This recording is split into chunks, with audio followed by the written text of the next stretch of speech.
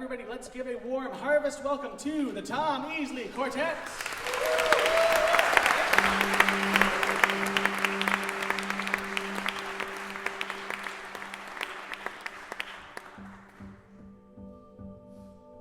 The first harvest I went to was probably in '94 with my dad back then, and just always looked forward to it and thought, if there's ever an opportunity, it's a dream job.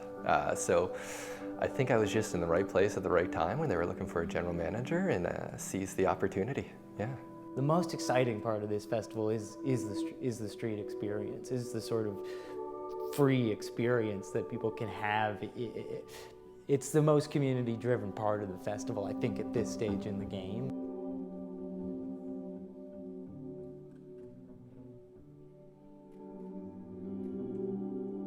Well, I mean, one thing with the organization that I think makes it really special is, it is that focus on sustainability. There's a lot of festivals, not all of them make it to the length of harvest, and there is all kinds of challenges, and every year they change, just like in any industry. You're not necessarily going to see what that challenge is next year, but it's the group of people and the board and the staff and the community partners, the city, everybody that works with the festival to help ensure that sustainability. So it's focusing every year and looking in on the planning and having strategic plans and having areas of focus and all that sort of stuff, because you don't take the success for granted. It's really, really important to continue to look internally and figure out where can we do better, what are our risks coming in the next few years, and how can we make sure that we're staying in front of them. Probably the most interesting part for me in moving from being like a lifelong fan of Harvest to sort of step behind the curtain and become a staff person is that you hear 1,000 people volunteer for Harvest, right? You think, how does that work? But to be able to see it from the other side of the operation and have a hand in working with all of these volunteers, many of whom treat it like a second part-time job that gives so many hours a year to it. There's this sort of core of 50 to 100 volunteers that are working year-round on the project, and then 900 more people come out of the woodwork to, welcome people, to run admissions, to run the bar, to set up the tents, to hang banners, to just so many moving pieces in keeping 5 venues moving over 4 days. To see it from that side. And understand that this kind of thing doesn't exist with if it's not a nonprofit, it doesn't exist because you need that many volunteers to make it happen, has probably been my biggest learning and what I'm most proud of when I think about the festival. When I think that this is, a couple of paid staff, and some serious blood, sweat, and tears from volunteers, but also from business partners and other nonprofit partners and municipal and federal and provincial. Everybody that comes together and says, this thing is good, that's been going on for 30 years, and we want to put the entire weight of our force behind it and make it happen. So that's the neatest part, and it's like it's a nonprofit vision fulfilled, realized, to see that it can work, that communities can come together and execute a massive project like this, and it contributes so much back.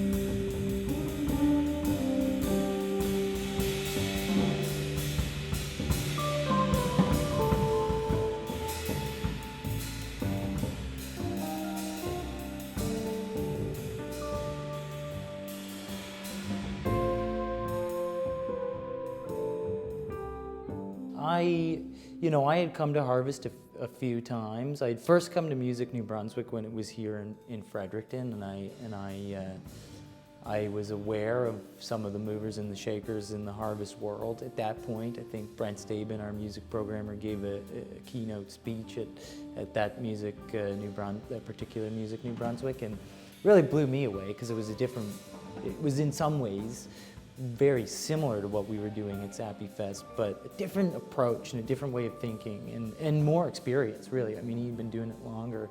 And so that's when it really kind of stuck with me, and I said, look, I got to go to that festival. And it just so happened that they were starting to I think around that time, 10, 11 or so, starting to explore different genres of, you know, jazz and blues. They were getting some independent artists, and they were getting different styles of music, and some that really appealed to me. Charles Bradley, you know, we had him at Sappy Fest. Bahamas, who I never had the pleasure of working with at Sappy Fest, but was always a big fan of. So I came to a few of those shows up here, and then when I really got the full Harvest experience, or what felt at the time like the full Harvest experience, you know, I was not immediately interested in, say, working for the festival, but I was certainly interested in what was going on here.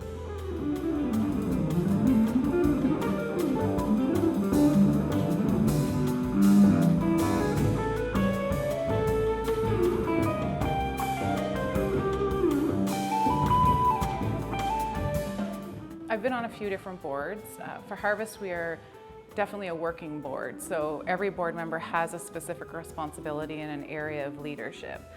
We have an amazing staff, which I think you talked to, and we have a summer staff and all that sort of stuff, but the festival, in the totality of the event, it requires committed volunteers to take on specific roles and actually work and do the work and fulfill those roles. So with Harvest, it is a bit different in the sense that we are very much a working board, and the board works year-round, daily, on their area of focus. So for the chair, I think, you know, it's really important that that person is working to keep the communication between all of our organizing team together, to bring the team together, to focus with the staff and support the staff, to help lead the strategic priorities for that year. And it's certainly, like I said, it's a team effort. We have a board and an executive, but it's just that person to make sure that everyone's sort of going down the same path, that our planning is on track, and that, you know, wherever people need help, that's being identified and help is given.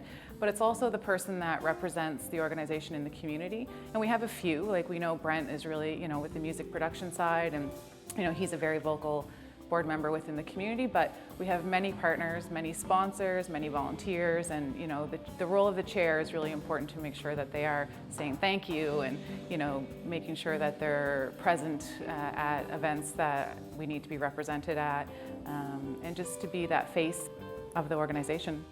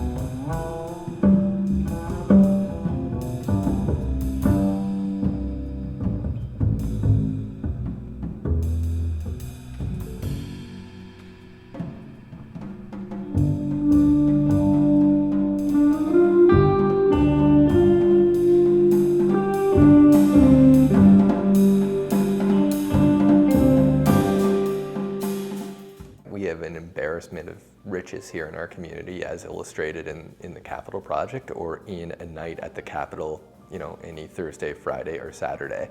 So to me, that is that's exciting. It's absolutely worth supporting, and I think Harvest raison d'etre, right, is where we started, and so the opportunity to bring in, you know, international artists, world music, big Canadian artists, folks who are big in the Maritimes, and put them side by side with a band that's like just out of high school and ready to show you all their cool electronics, or they bang this out in the garage, is really special. And again, I think goes back to you know, what we were talking about in terms of a unique opportunity you get when your mission is rooted in a nonprofit and charitable community, right? That we're not just about presenting major acts, right? Major international acts, as though, you know, that's not crazy enough in Fredericton, New Brunswick to bring in the folks we do. But we're going to put them side by side with the folks that you and I went to high school with, and we know deserve to be side by side with them. And I think for me, you know, that's my vision for sure.